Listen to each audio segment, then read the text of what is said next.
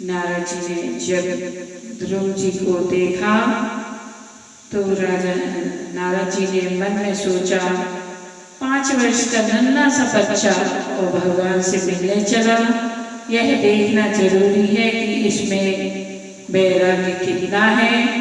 वैराग्य तो कई प्रकार के होते हैं महाराज, एक मरकट वैराग्य भी होता है और एक मरघट वैराग्य भी होता है। घर में भाई खटपट चल बाबा जी के मठ पर माता पिता पत्नी भाई से झगड़ा हुआ कि बस बाबा बनने को तैयार, हम तो अब बाबा बनेंगे, देख लिया दुनियादारी का हाल, कोई किसी का नहीं। रेलवे स्टेशन नहीं पहुंचे कि पोते की याद आ गई, वह मेरे बिना कैसा रहेगा, लौट के फिर घर वापस आ गए। इसे कहते हैं मरकट वैराग्य। दूसरा होता है मरकट, कोई काका जी पधार गई, इनकी ठठरी बांध कर चल दिए, राम नाम सत्य है, राम नाम सत्य है, पीछे सभी उसी की बातें करते आ रहे हैं। अरे काका जी तो स्वभाव के बहुत अच्छे थे, बड़े नेक थे,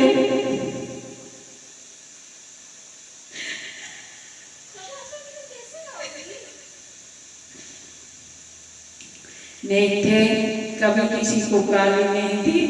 भगवान भी गजब करता है, अच्छे लोगों को पहले उठा लेता है, लेकिन लेकर पहुंचे शमशान, चिता पर काका जी को रख दिया। उस समय सबको महसूस होता है कि मृत्यु क्या है, वहीं पर कसम खाते हैं मन में कि कड़वा सत्य तो केवल एक मृत्यु है। संसार में जब तक रहो भैया भजन करो, किसी से द्वेष वेर मत रखो, यह धन दौलत तो यही रह जानी है। सब अफसोस करते हैं पर चिता जलाकर जैसे ही घर आए सब भूल गए, कौन काका जी कौन बाबा जी, यही मरघट वैराग्य है। जो मरघट पर आता है और वहीं का रह जाता है। नारद जी को लगा बच्चा है, माँ ने डांट दिया होगा, जब माँ की याद आएगी चला जाएगा, क्या भरोसा इसका, इसलिए परीक्षा लेनी चाहिए, इसका वैराग्य कितना खरा है। बेटा माँ ने तुम्हें डांटा, तुम घर छोड़कर जंगल भाग आए भगवान से मिलने। अरे यहाँ कोई बाबा है जो तप करते करते बाल पका लिए, लेकिन दर्शन नहीं हुआ अभी तक। बेटा बड़े बुजुर्ग तो डांट ही देते हैं, इसमें बुरा मानने की कोई आवश्यकता नहीं। बुद्धिमानी तो इसी में है कि तुम घर वापस चले जाओ। यहाँ तो बहुत खतरनाक जानवर भी रहते हैं, जाओ। ध्रुव जी ने कहा मैं भगवान से मिलने आया हूँ, भगवान से मिलकर ही रहूंगा, चाहे कुछ भी हो, लौटने की बात ही मत करो। मेरी माँ कहती है भगवान सब जगह रहते हैं, भक्तों की स्वयं रक्षा भी करते हैं। नारद जी समझ गए चेला पक्का है, भागने वाला नहीं। प्रसन्न हो बोले बेटा तू मेरी परीक्षा में पास हो गया, मैं तो तेरे वैराग्य को टटोल रहा था, भगवान तुम्हें अवश्य मिलेंगे, बस मेरी बात कान खोलकर सुन। नारद जी ने ध्रुव जी के कान में 12 अक्षर मंत्र फूंक दिया। वह कौन सा मंत्र है?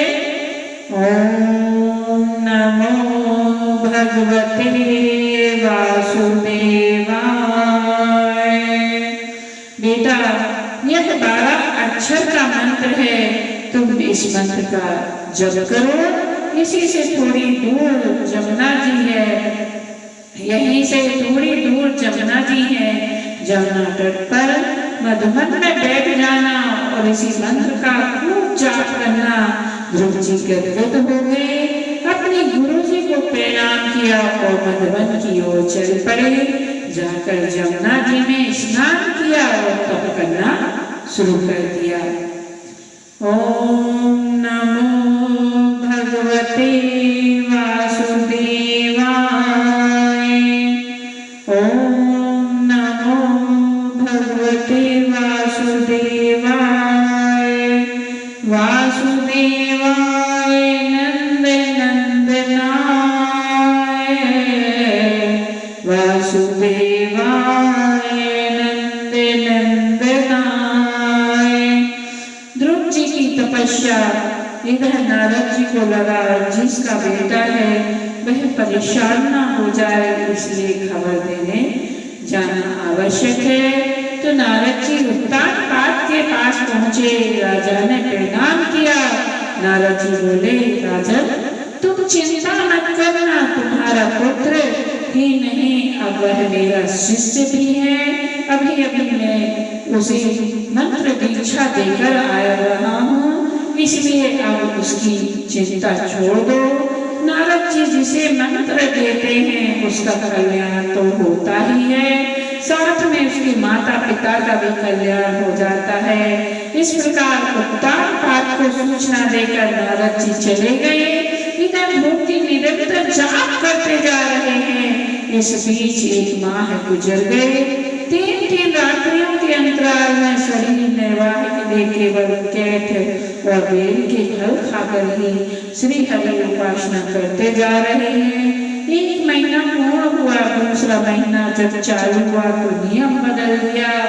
अब 6 महीने में ही फल खाते हैं। और कौन सा फल खाते हैं? जो वृक्षों से स्वयं टूट कर देते हैं, वृक्षों से तोड़े नहीं। और 6 दिन तक भी फिर वही तप। ओम नमो भगवते वासुदेवाय। वासुदेवाय नंद नंदनाय। भगवान वासुदेव इस दिव्य मंत्र से बहुत जल्द प्रसन्न हो जाते हैं। दूसरा महीना भी जब पूरा हुआ तो नियम बदला। अब 9 दिन में 1 दिन पाते हैं। अब फल खाना बंद कर दिया। अब केवल वृक्षों के पत्ते और जल पीते हैं। वृक्षों के पत्ते 9 दिन में 1 दिन पा लेते हैं और फिर 9 दिन उसी मंत्र का जाप करते हैं। ओम नमो भगवते वासुदेवाय। वासुदेवाय नंद नंदनाय। तीसरा महीना भी बीत गया। चौथा महीना लगा तो नियम बदल गया। क्या? चतुर्थमपि वे मासम द्वादशे दवा दशे हनि। अब 12 दिन में पाते हैं। क्या?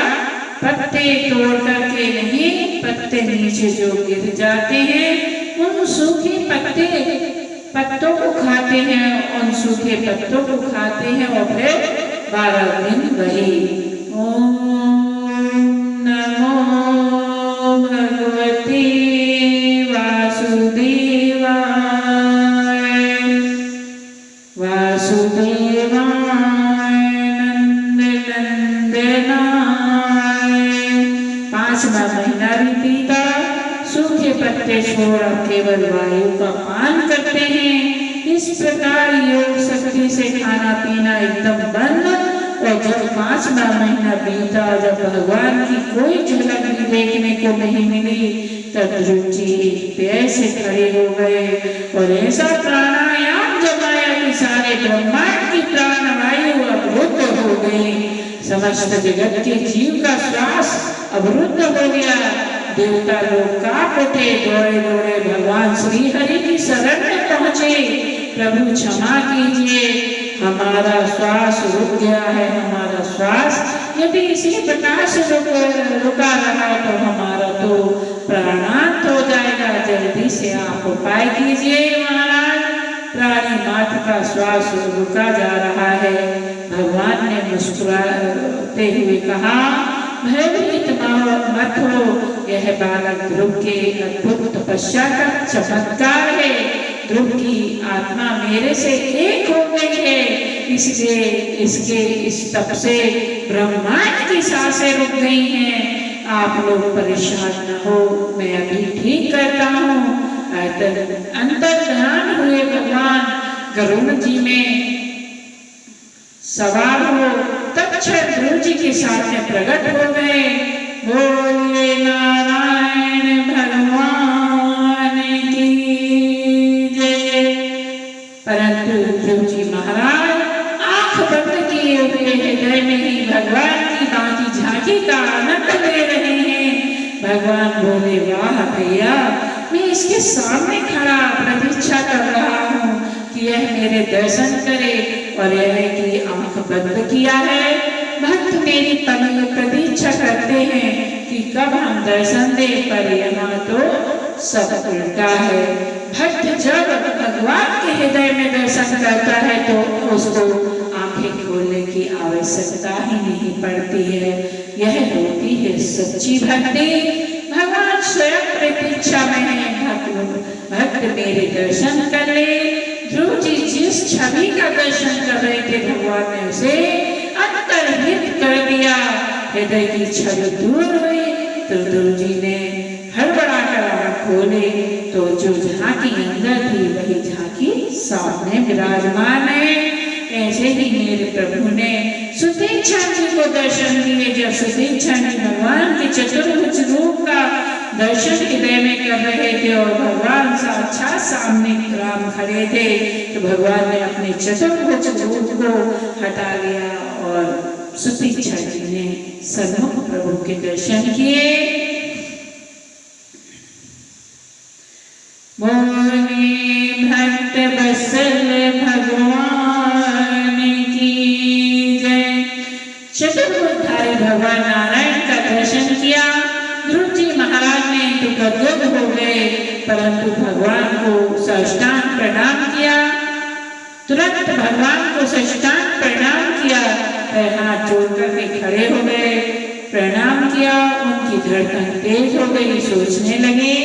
भगवान माता जी से सब बातें पूछी, पर यह पूछना भूल गया कि जब भगवान सामने हो तो क्या करना चाहिए। यह तो किसी से पूछा ही नहीं। मैंने सुना है भगवान जब प्रकट होते हैं तब स्तुति करनी चाहिए, पूजन करना चाहिए। अब स्तुति करूं कहाँ से, कुछ आता जाता तो है नहीं। पूजन करूं कहाँ से, कोई सामग्री तो है ही नहीं।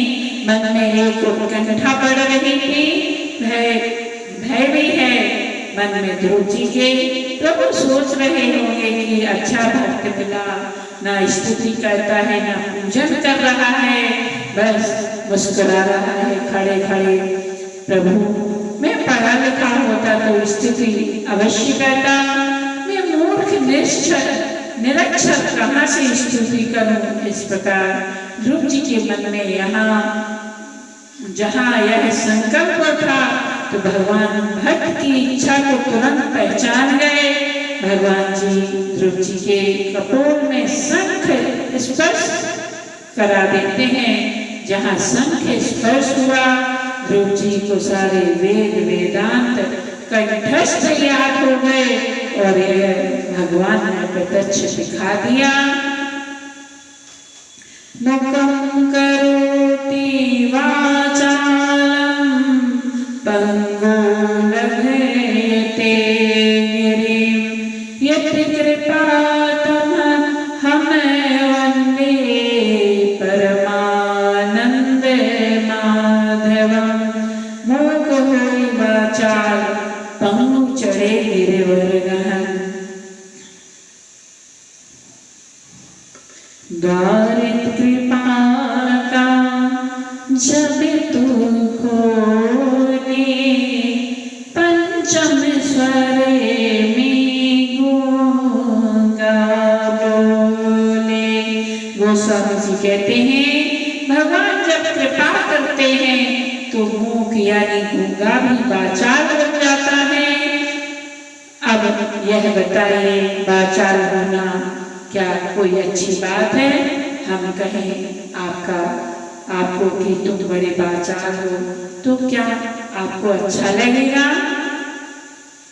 अच्छा, बाचाल किसे कहते किसे हैं? बाचाल बहु भाषते, जो फालतू की बकबक करते हैं, ज्यादा बात करें, वही बाचाल है। तो क्या भगवान कृपा कर भक्तों को बाचाल बना देते हैं? शब्द तो यही है, मूक होई बाचाल। यह बाचाल का मतलब क्या है? तो बकबक करने वाला बाचाल नहीं होता। वाचा अलम करोति इति वाचालम। भगवान जब भक्त पर कृपा करते हैं तो वाणी को अलंकृत कर देते हैं, उसकी वाणी को सजा देते हैं। फिर वह व्यर्थ नहीं बोलता, फिर वह जो बोलता है वह वेद वाणी हो जाती है। ध्रुव जी महाराज ने ऐसी स्तुति करी कि अच्छे वेद पाठ चक्कर खाकर गिर गए। यही भगवान की अद्भुत कृपा है। नारद जी ने तो 12 अक्षर का मंत्र दिया, पर आज प्रभु कृपा से ध्रुव जी 12 श्लोकों में भगवान की स्तुति करते हैं। ध्रुव जी कहते हैं, भगवान आपने मेरे अंतःकरण में प्रवेश कर अपने तेज से मेरी सोई वाणी को जगा दिया। मेरी वाणी तो पूर्ण रूप से सोई हुई थी, प्रसुप्त थी, आज आपने अंतःकरण में प्रवेश होकर जगा दिया। यह केवल वाणी की बात नहीं है, आंखों से देखने का, कानों से सुनने का, नाक से सूंघने का, स्पर्श आदि जो शक्ति मेरे में है वह सब शक्ति आपकी ही दी हुई है। अनयाश्च हस्तचरणा श्रवण त्वगादीन। भगवान कई लोग तो ऐसे हैं जिनके आंखें पर देख नहीं पाते, कान पर सुन नहीं पाते, क्योंकि चक्षु इंद्रिय भगवान ने ग्रहण कर ली, छीन ली, जितेंद्रिय भगवान ने छीन ली। अतः मेरे शरीर के प्रत्येक अंगों में जो भी शक्ति दिख रही है प्रभु, वह सब आपकी ही दी हुई है। फिर मैं आपको अपने से क्या दूं? आज जो वाणी बोल रहा हूँ वह भी तो आपका ही दिया है, इसलिए मैं पुरुष नारायण, मैं तो आत्म निवेदन कर आपके श्री चरणों में निवेदन करता हूँ। मुझे तो ऐसा लगता है भगवान, योगी को उस समाधि में भी वह सुख नहीं मिलता होगा जितना भक्तों को आपके चरित्र को सुनकर मिलता है। परंतु सुंदर स्तुति करी, बहुत सुंदर स्तुति करी। ध्रुव जी ने प्रसन्न हो गए। भगवान बोले, मांगो बेटा, तुम्हें क्या चाहिए? ध्रुव जी कहते हैं, प्रभु पहले तो बहुत कुछ इच्छा थी मांगने की, परंतु आपके दर्शन के बाद कुछ भी इच्छा नहीं रही। कामना तब तक रहती है जब तक उस दिव्य रस का हमने रसास्वाद धन ना किया हो। इस दिव्य रस का स्वाद जिसने चख लिया, फिर संसार के सारे रस फीके पड़ जाते हैं। प्रत्येक प्राणी के मन में कोई ना कोई कामना रहती है, कोई ना कोई इच्छा रहती है, और जब परम पिता परमात्मा की दिव्य छवि का रसास्वादन कर लिया तो वह सारी कामनाएं, इच्छाएं फीके पड़ जाती हैं। ध्रुव जी ने कहा, मुझे कुछ नहीं चाहिए। भगवान ने कहा, तुझे नहीं चाहिए, पर मैं तो यहाँ देने आया हूँ, क्योंकि जिस कामना को लेकर जीव आता है मैं उस कामना को पूरा अवश्य करता हूँ। तेरे मन में कामना थी तो जा बेटा, 36,000 वर्ष तक राजा बनकर शासन कर, उसके बाद मेरे स्वरूप को प्राप्त करेगा, जो महाप्रलय में भी समाप्त नहीं होता। वह तेरे नाम से ही उस लोक ध्रुव की सदा ध्रुव सदैव ख्याति रहेगी। इतना कह भगवान अंतर ध्यान हो गए। अब ध्रुव जी को तो लगा मैं लुट गया, इस तुच्छ मृत्यु का राज मैंने क्यों मांगा। मेरा हाल तो उस किसान की तरह है जो छत्रपति सम्राट के दरबार में खड़ा हो और राजा उससे प्रसन्न होकर कहे, माँ तुझे क्या चाहिए, और वह किसान कहे, महाराज मुझे एक गाड़ी भूसा दे दो, मेरा काम बन जाएगा। मृत्यु लोक का यह वैभव तो मेरे लिए भूसे के समान है। इस वरदान को भगवान का प्रसाद समझकर घर वापस लौटे। द्वारपालों ने सूचना दी, महाराज राजकुमार ध्रुव कुशल सकुशल वापस आ रहे हैं। हमने अभी अभी उनका दर्शन किया है। सुनते ही राजा उत्ताल पुत्र के स्वागत के लिए दौड़ पड़े। ध्रुव की माँ सुनीति भी उस समय महल में ही थी। ध्रुव की सौतेली माँ हाथ जोड़े खड़ी है, महाराज यही तो है भगवान की कृपा। जब तुम भगवान की कृपा पात्र बन जाते हो तो सब अपने आप रिझ जाते हैं। यदि दुनिया वालों को रिझाने में लगे रहे तो जीवन बीत जाएगा, पर कोई रिझाने वाला नहीं। एक को मनाओ तो दूसरा मुंह फैलाए बैठा है, फुलाए बैठा है। मनाओ कितना मनाओ। एक बार भगवान भोलेनाथ पार्वती जी को साथ लेकर नंदी पर सवार हो गए। संसार में घूमने के लिए निकले।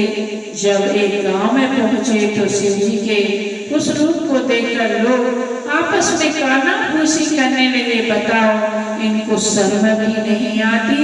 एक बेचारा बैल और दो उस पर सवार, बेचारा दबा जा रहा है। शिव जी बोले, देखो देवी यह क्या बोल रहे हैं।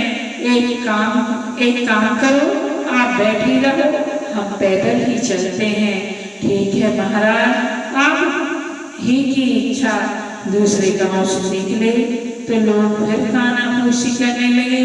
राम राम, इस देवी को तो देखो शर्म नहीं आती।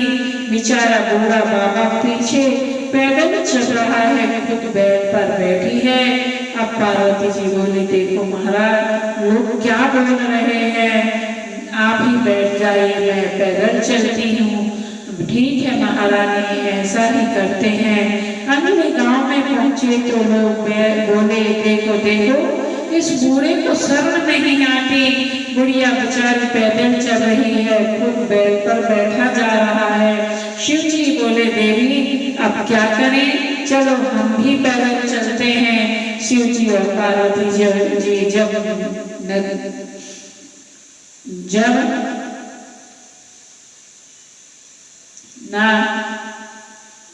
पार्वती जी जब नादिया को पैदल ही लेकर चल पड़े। अगले गांव में से निकले तो गांव वाले फिर बोले, देखो देखो कैसे वृद्ध हैं, सवारी साथ में है, फिर भी पैदल चल रहे हैं। अब शिव जी ने माथा पकड़ा, हे भगवान ऐसी दुनिया में तो से तो राम बचाए। महाराज किसी भी स्थिति में यह दुनिया वाले आपको नहीं छोड़ेंगे। आप नम्रता से प्रणाम करो तो कहेंगे कायर है, सीना तान के चलो तो कहेंगे अभिमानी है, खूब काम करो तो वह पागल है, काम ना करो तो काम चोर है। छोड़ेंगे नहीं किसी को, इसलिए दुनिया वालों को समझाना प्रसन्न करना असंभव है। जगदीश को रिझाओ तो जगत अपने आप रिझ जाएगा। जहाँ पर कृपा राम के होई, ता पर कृपा करी सब कोई। ध्रुव जी ने गोविंद को रिझा दिया तो सौतेली माँ भी हाथ जोड़े के खड़ी है। सारी प्रजा ध्रुव जी के स्वागत में खड़ी है। ध्रुव जी महाराज ने अपने पिता के चरण छूकर आशीर्वाद लिया। इसके बाद अपनी सौतेली माँ को प्रणाम किया। सुरुचि का हृदय भराया, ध्रुव जी को हृदय से लगाकर कहा, बेटा तू सचमुच महान है, मेरे कारण घर छूटा और अपनी माँ से पहले तुमने मुझे ही प्रणाम किया।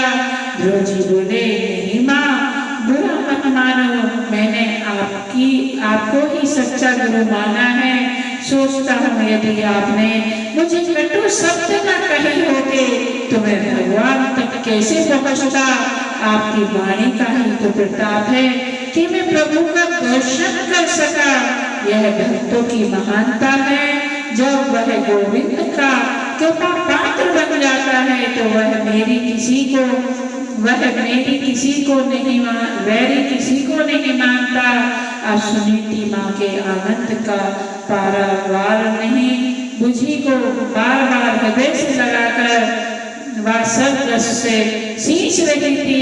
उत्तानपाद ने उसी समय ध्रुव को सम्राट घोषित कर दिया। चक्रवर्ती सम्राट महाराज ध्रुव बन गए और पिताजी वन में तपस्या करने चले गए। एक दिन ध्रुव जी के छोटे भाई उत्तम शिकार खेलने जंगल में गए तो किसी अपने से झगड़ा हुआ तो यक्षों ने ही उसका वध कर दिया। मीता की खोज में सुरुचि घर से भागी तो जंगल में लगी आग की लपेट में समाप्त हो गई। इधर ध्रुव जी को जब पता चला कि किसी यक्ष ने उनके छोटे भाई की हत्या कर दी तो युद्ध करने निकल पड़े और कईयों का संहार कर दिया। तब मन महाराज प्रकट होकर बोले, बेटा यह क्रोध छोड़ दो, यह क्रोध का समय नहीं, यह क्रोध जो है नरक का कारण होता है। एक यक्ष ने तुम्हारे भाई को क्या मार दिया, तुमने लाखों यक्षों को मार दिया। यह कहाँ की बुद्धिमानी है। ध्रुव जी को बड़ी गिलानी हुई, पितामह गलती हो गई, अब क्या करूं। मदन महाराज ने कहा, जाओ जाकर यक्षों के राजा कुबेर से जाकर क्षमा मांगो। ध्रुव जी ने महाराज कुबेर से क्षमा मांगी तो कुबेर प्रसन्न हो बोले, बेटा तुझे क्या चाहिए, मैं तुमसे बहुत प्रसन्न हूँ। ध्रुव जी बोले, ना महाराज यह वरदानों से मुझे अब डर लगने लगा है। मुझे कुछ नहीं चाहिए, बस परमात्मा से मेरा प्रेम बना रहे, बस यही वरदान दो। कुबेर ने कहा, वाह तुम धन्य हो बेटा, ना तुमने यक्षों को मारा है और ना किसी यक्ष ने तुम्हारे भाई को मारा है। जो होना था सो हो गया, तुमने बैर त्याग दिया, क्षमा मांग ली, बस यही प्रायश्चित है। जाओ, भगवान के चरणों में तुम्हारी प्रीति बनी रहे, यह मेरा आशीर्वाद है। जब ध्रुव जी बड़े हुए तो राज्य अपने पुत्र उत्कल को सौंपकर वन में चले गए। जब 36,000 वर्ष का समय बीता, एक दिन ध्रुव जी संध्या वंदन कर रहे थे कि तभी देखा एक सुंदर दिव्य विमान उनके सामने प्रकट हुआ। वह ऐसा लग रहा था मानो साक्षात सूर्य नारायण का रथ हो। भगवान के पार्षद उस विमान पर विराजमान थे। पार्षदों ने विमान से उतरकर ध्रुव जी को प्रणाम किया। बोले, भैया जी प्रभु ने आपको याद किया है। ध्रुव जी शीघ्र ही नित्य कर्म से निवृत्त हो भूदेवी को प्रणाम करते हैं। और जैसे ही विमान में बैठने लगे, सामने एक रथ आ गया। बोला, रुको। ध्रुव जी ने देखा, बोले, तुम कौन हो? व्रत बोला, मेरा नाम है मृत्यु। महाराज, इस मृत्यु लोक में जो भी पैदा हुआ है वह मुझे स्पर्श किए बिना यहाँ से नहीं जा सकता, तो तुम सशरीर यहाँ से कैसे जा सकते हो? बेटा, तुम्हारे अंदर भक्ति का इतना प्रभाव है कि मैं तुम्हें स्पर्श भी नहीं कर सकता, इसलिए प्रत्यक्ष रूप से मैं प्रकट हो तुमसे प्रार्थना करता हूँ कि तुम पहले मेरा स्पर्श करो और फिर इस विमान पर बैठो, ताकि इसमें मेरी मर्यादा बनी रहे। यह है भक्ति का प्रभाव। ध्रुव जी महाराज ने मृत्यु के सिर पर अपना पैर रखा और विमान में चढ़कर बैठ गए।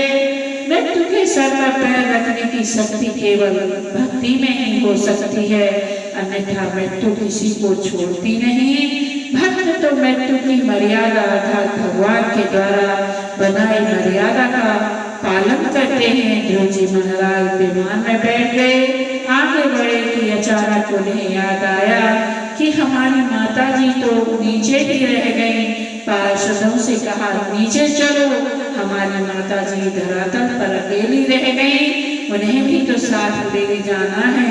पार्षद मुस्कुराने लगे, कहने लगे, महाराज आपके जैसा भक्त हमने कभी नहीं देखा। भला महान भक्त को जन्म देने वाली जननी नीचे कैसे रह सकती है? आगे देखो, वो जो विमान जा रहा है ना, वह आपकी माता जी का ही है। वह विमान में महारानी सुनीति जी जा रही हैं। बोलिए भक्त वत्सल भगवान की जय। भक्तों, मैंने श्रीमद् भागवत कथा के माध्यम से भक्तों के चरित्र को विस्तार पूर्वक सुनाने की कोशिश की है। आपको अच्छा लगे तो सुनिएगा। मेरा उद्देश्य है सिर्फ यही कि खुद के अंतःकरण को खोलूं और आपको भी जागृत करूं, बस इसके अलावा वो कोई कामना नहीं है। बस श्री हरि के चरणों में प्रीति बनी रहे।